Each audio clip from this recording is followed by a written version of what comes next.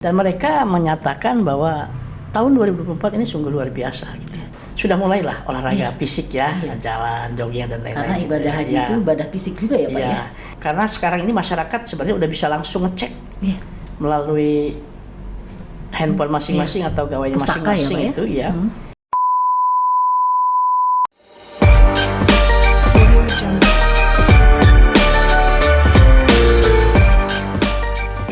Assalamualaikum warahmatullahi wabarakatuh. Salam Namo Buddhaya. Om Swastiastu. Salam kebajikan, salam sejahtera untuk kita semua. Tabi pun bersama saya Mela Basyar dalam Ngopi, ngobrol seru penuh inspirasi. Podcast Kantor Wilayah Kementerian Agama Provinsi Lampung.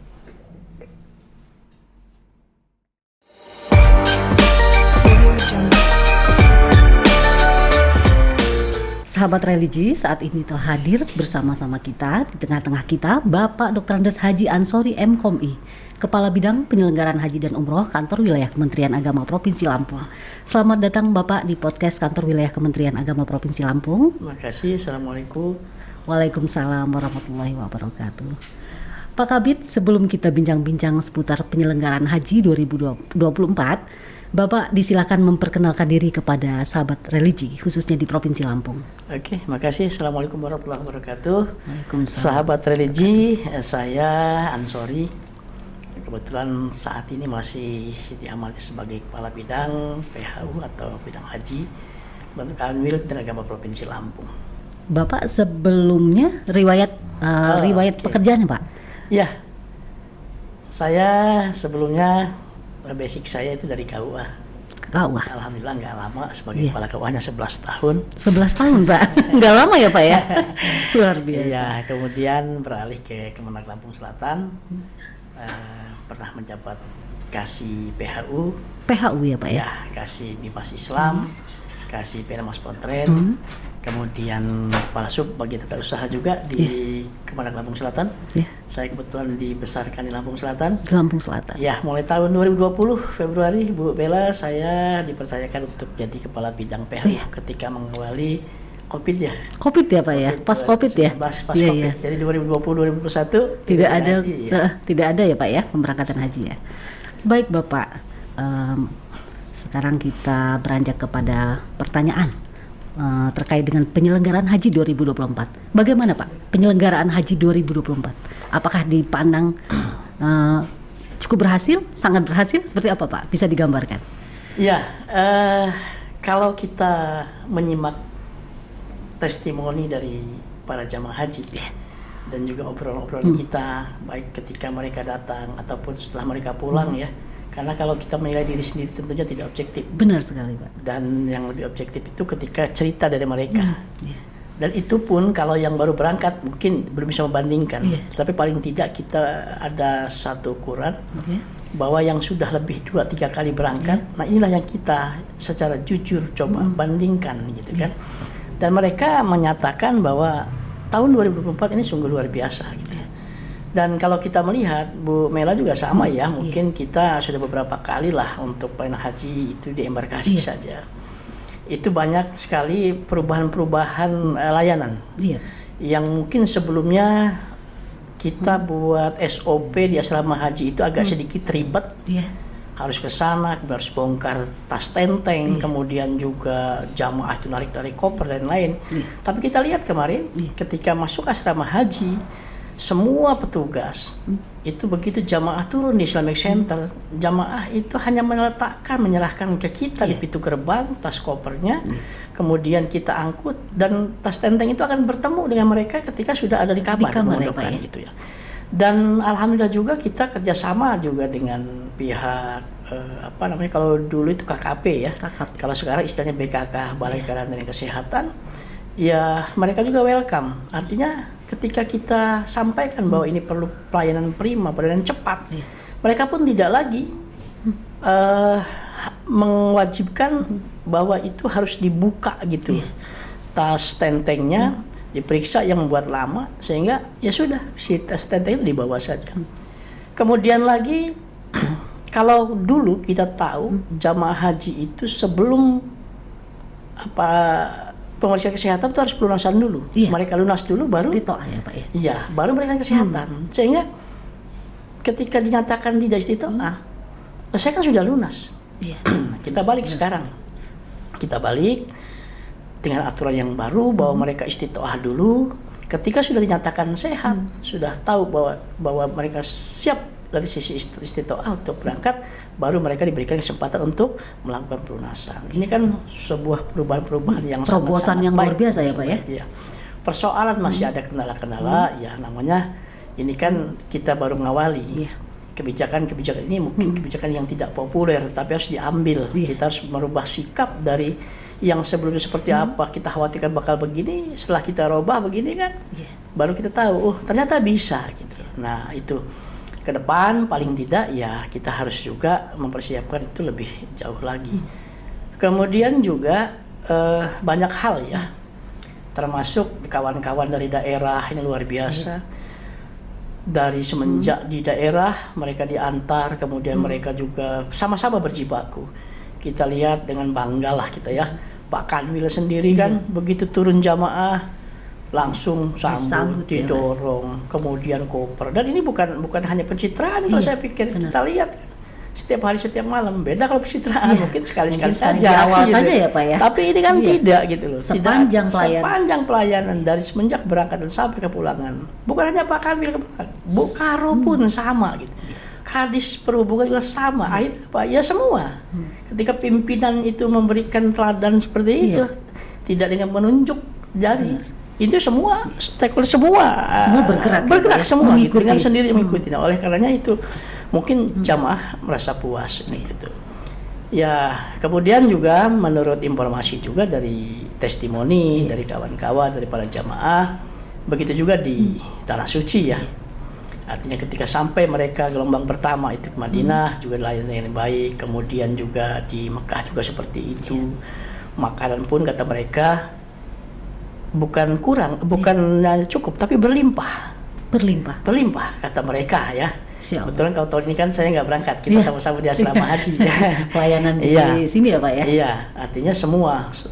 Kemudian dari kesehatan juga sama gitu. Artinya semua stakeholder kita untuk haji ini semuanya bergerak dan semua melakukan perubahan-perubahan. Kita berkolaborasi, bersinergi untuk memberikan pelayanan yang terbaik untuk jamaah. Itu yang perlu kita apresiasi gitu ya.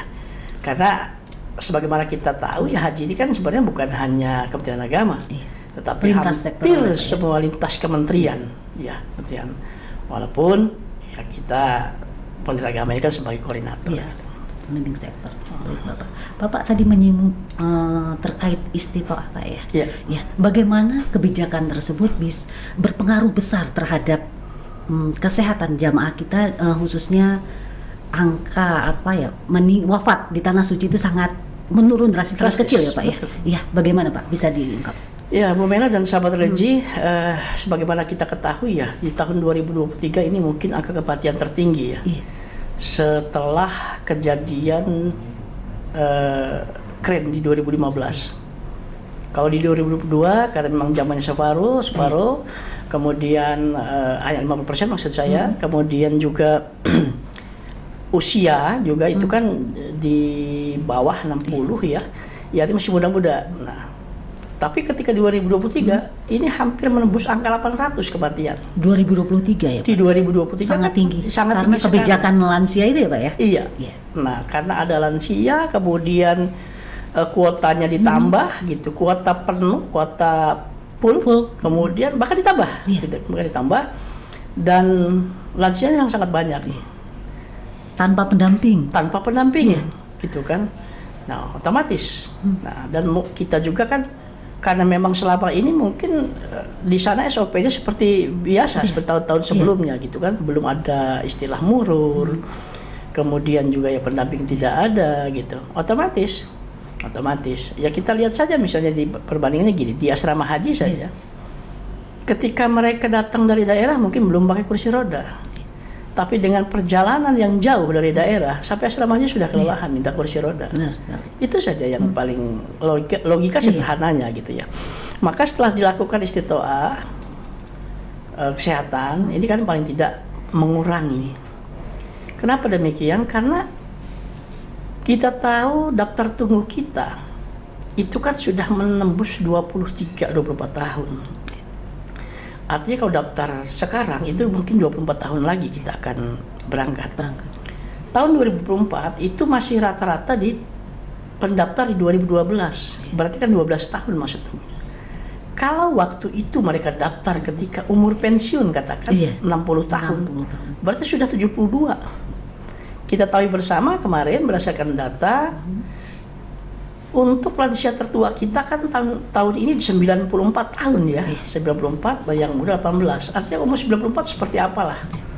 Dan di bawahnya itu tidak jauh-jauh, 80, 70 dan lain-lain. Makanya kerentanan untuk angka kesakitan itu sangat-sangat luar biasa. Inilah dicoba oleh pemerintah di tahun ini kebijakan untuk istitoah kesehatan. Jadi yang tidak dinyatakan istitoah itu berangkat. Nah, itu pun kita masih menemui.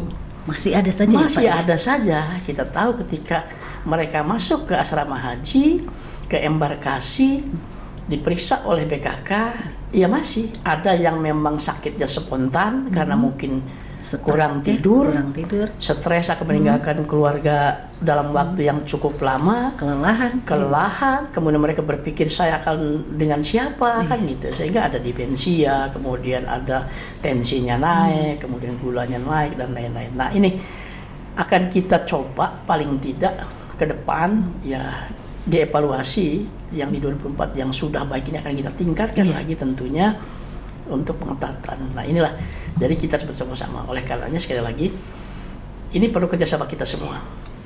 Baik itu kawan-kawan penyuluh agama, tokoh agama, pesantren, kemudian KUA dan semua stakeholder kita untuk berikan edukasi lah, pemahaman kepada masyarakat, khususnya yang memang bakal berangkat haji, ya harus memahami semuanya istitoah itu. Istitoah dari fisik, kemampuan fisik, kemudian finansial harus disiapkan dari sekarang, kemudian secara administratif juga. Nah, makanya untuk tahun kemarin alhamdulillah menurut catatan se-Indonesia kita tahun ini paling rendah tidak terserap keberangkatan visanya, hanya 45 yang seatnya tidak terpakai, artinya 45 dari visa itu yang tidak terpakai itu. Kalau sebelumnya kan udah ribuan, baru tahun ini yang baru tahun ini ya. Itu hanya 45 se-Indonesia. 45 seluruh Indonesia. Kenapa? Ya karena tadi dari awal dokumen kita sudah berjalan. Pak. Ya Pak, terkait dengan pelunasan Pak, kan yang dibagi beberapa tahap ya Pak ya. Dan dimulai tahun ini, tahun 2024 ini, mulainya itu kan jauh-jauh hari ya Pak ya, dibanding tahun-tahun sebelumnya yang bisa dikatakan sebulan atau 2 bulan pelunasan, waktu pelunasan. Tapi di tahun ini beberapa bulan sebelumnya itu jadi terserap benar-benar jamaah yang memang daftar antrinya sesuai gitu Pak ya, sesuai dengan dia harus keberangkat tahun 2024, dan jika yang di atasnya tidak melunasikan otomatis ke bawah, dan itu memang terserap di jamaah yang memang berhak berangkat ya Pak ya. Itu bagaimana Pak? Ya Bu Mela dan sahabat religi sekalian, kalau sebelum-sebelumnya Arab Saudi itu, pemerintah Arab Saudi memberikan kuota kepada kita itu hampir mendekati Lebaran, di pertengahan puasa biasanya. Sehingga pemerintah harus bergerak cepat. Itu pun belum dibahas dulu kan bersama DPR. Kalau DPR misalnya lama membahasnya, ini nggak bakal ini. Oleh karenanya pemerintah kita, Kementerian Agama dalam hal ini harus bergerak cepat untuk memutuskan berapa misalnya BP yang harus jamaah bayar dengan kuota sekian, berapa untuk haji reguler, berapa untuk haji khusus. Nah baru diumumkan, makanya waktunya tidak banyak. Alhamdulillah tahun ini kan sudah jauh-jauh hari. Pemerintah Arab Saudi memberikan kuota kepada kita. Nah sehingga kita segera mengajukan untuk membahas bersama DPR terkait dengan PP. Ya. Nah setelah diputuskan oleh DPR, baru langsung kita diumumkan pada masyarakat. Kita memberikan tenggang waktu untuk pelunasan dari tanggal sekian sampai tanggal sekian, dan kita sudah mengantisipasi dengan menaikkan nomor porsi cadangan. Kita Bu Mela itu tahun ini tidak kurang dari 2.000 kita naikin cadangan. Cadangan. Iya, cadangan. Cadangan ini artinya kita berikan kesempatan untuk melakukan pelunasan, tetapi tidak kita janjikan bahwa bisa yang berangkat tahun berangkat. Ini, Pak. Hanya kita berikan surat pernyataan, artinya siap berangkat dan siap untuk tidak berangkat. Nah, itulah yang ketika ada jamaah yang porsi berangkat itu tidak melunasi yang dengan waktu yang sudah ditentukan, maka cadangan yang sudah melunasi ini kita ajukan, kita buatkan permohonan ke pusat untuk dijadikan nomor porsi berangkat. Setelah itu dikabulkan, baru kita minta untuk jamaah ini dinaikkan menjadi porsi berangkat. Nah, itulah alhamdulillah, itu pun kita Lampung masih ada 58 tidak terserap. 58 ya Pak? Iya. Sebenarnya mereka sudah ada yang melunasi tetapi tidak istitoah pasangannya. Iya. Kemudian juga ada yang kendalanya kemarin karena masih ada tugas tidak mendapatkan izin dari pimpinannya, itu di luar ya, di luar negeri ya. Kemudian ada juga yang karena pasangannya ada salah satunya meninggal, sehingga ini juga menunda berangkatan, dan ada juga yang memang belum siap gitu. Jadi kita 58 dan 58 itu akhirnya kita limpahkan ke JKG lagi dan diberikan kepada Banten. Banten ya Pak? Iya. Kita masih mending lah 58 ya. Kalau masih terbilang sedikit ya Pak ya? DKI itu 225, tapi semuanya diserap oleh Banten. Banten. Iya. Iya Bapak. Bapak, ini kan ada skema murur ya Pak ya? Bagaimana skema murur? Apakah terbilang berhasil Pak? Ya, menurut informasi ya, karena tadi itu artinya dari para pimpinan KBIH, kemudian para petugas juga kan. Murur ini kan baru tahun ini ya. Ya, artinya mereka ketika dari Arafah mau ke Mina, mabit di Muzdalifah, mereka ini tidak turun mobil gitu, tidak turun bis. Dan kita lihat di situ ada yang memang lansia, kemudian juga yang artinya sudah tersepuh lah ya, baik yang sakit dan ini hanya di mobil saja melintas, nanti pada waktunya sudah waktu mabit, kemudian dia langsung ke Mina gitu. Nah, oleh karenanya ketika diadakan murur ini alhamdulillah informasinya kemarin jam 7.30 atau jam 8 pagi mereka sudah bisa keluar semua. Artinya di Muzdalifah itu sudah bersih, nggak ada lagi jamaah haji kita. Nah, ini kan luar biasa. Bapak, terkait dengan pelayanan konsumsi Pak, baik itu di embarkasi antara Provinsi Lampung maupun di Arab Saudi ya Pak ya, di Mekah khususnya, itu bagaimana Pak pelaksanaannya? Ya, Bu Mela dan sahabat religi, mungkin kita lihat bersama ya, dan ini juga kan mungkin didengarkan oleh jamaah. Bisa saja kalau saya katakan tidak, pasti dikomplain. Di asrama haji contoh, embarkasi, ketika jamaah datang, mereka menyerahkan tas tentengan kepada kita, kemudian jamaah kan langsung kita hantar, kita jemput, kita antarkan untuk kita terima di Aula Oren di Madinatul Hujjaj. Apa yang mereka lakukan di situ? Sebelum mereka masuk untuk melakukan pemeriksaan yang diperiksa oleh Balai Karantina Kesehatan di dalam dan melakukan aktivitas lainnya misalnya terima gelang, living cost dan lain-lain, mereka kita beri makan dulu. Iya kan? Begitu datang, makan langsung dulu. Makan. Artinya walaupun mungkin di daerahnya sana gitu, dikasih sarapan di Waikanan sana, di Lampung Barat sana yang jauh, misalnya saudara-saudara kita, keluarga kita yang di sana, kemudian sampai lapar kan sudah langsung makan, nggak lagi nunggu. Jadi sambil nunggu antrian kita makan, sehingga jamaah itu sudah ngerasa kenyang, rasa nyaman, nggak takut masuk angin, nggak takut bakal kelaparan, sudah makan. Setelah makan baru berproses. Nah, setelah berproses kemana? Ke kamar, langsung kita antarin. Istirahat. Nanti setelah waktunya makan siang, kalau mereka datang pagi, kan langsung kita kasih. Karena di asrama haji kan kita berikan makan itu 3 kali. 3 kali dan 2 kali snack. Dan itu alhamdulillah berjalan lancar lah kita. Terus selanjutnya setelah mereka berangkat, jam berapapun didorong dari asrama haji untuk menuju ke Beranti. Kemudian di Jakarta sana nanti sudah dikasih makan lagi kan, sudah disiapkan juga. Iya, itu oleh pemerintah daerah. Nah, Kalau di pesawat ya jangan ditanya, artinya ketika perjalanan jauh Memang ada pelayanannya iya, Pak ya. lagi tidur Khusus pun dibangunkan oleh pramugari itu suruh makan kan gitu. Nah itu.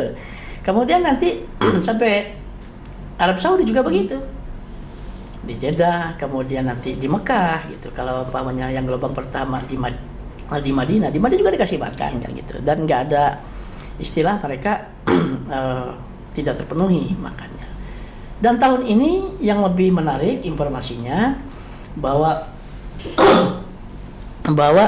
jamaah itu kalau sebelumnya itu kan menjelang Arbusna itu tidak dikasih. Nah ini kan enggak, informasinya semua tahun ini Pak, iya, 2024. iya makan semua gitu. Di Arafah itu luar biasa berlimpah. Di Mina pun seperti itu. Kalau tahun ini dapat informasinya seperti itu, berlimpah banget yang namanya makan gitu. Dan setiap tahun ada peningkatan selera menu Indonesia lah ya. Walaupun mungkin Selera Nusantara, walaupun mungkin ya tidak semua, mungkin kita aja, saya mungkin sukanya ini, Bu Mela sukanya seperti apa gitu kan. Ada yang sukanya seruit, ada yang sukanya pindang, tapi ada suka sate gitu ya. Tapi paling tidak sudah mendekat. Dan ini mudah-mudahan akan selalu jadi evaluasi ke depan seperti apa supaya kekangenan dengan makanan kita itu paling tidak sudah ini. Cuma Bu Mela biasanya kalau kita ya, kalau sudah sampai Arab Saudi itu lidah juga agak berubah tuh kalau Gitu. seminggu doang itu ya sudah senang makannya karena si biryani gitu kan ya. Udah ini ya Pak ya. Sudah nasi mandi, kebuli gitu kan. Sudah mencari seperti ini itu ya. ya. Kuliner khas sana ya Pak ya. Sana gitu kan, makanan senang tamis gitu kan, albek gitu kan. Seperti itu biasanya gitu kan. Tapi ya mungkin ada juga rasa kangen pengen makan Sesekali pengen sekali. makan. Dan banyak itu istilahnya bahan-bahannya kan banyak gitu. Nah kita harapkan nanti paling tidak bukan hanya kita menikmati selera Nusantara saja, tapi bumbu dan sayur-sayur juga kita bisa datangkan dari Indonesia gitu. Iya. Nah, kita sih paling tidak sudah nanti ada estimasi lah ya. Iya. Karena sekarang ini masyarakat sebenarnya udah bisa langsung ngecek melalui handphone masing-masing atau gawainya Pusaka masing-masing ya, Pak, itu ya.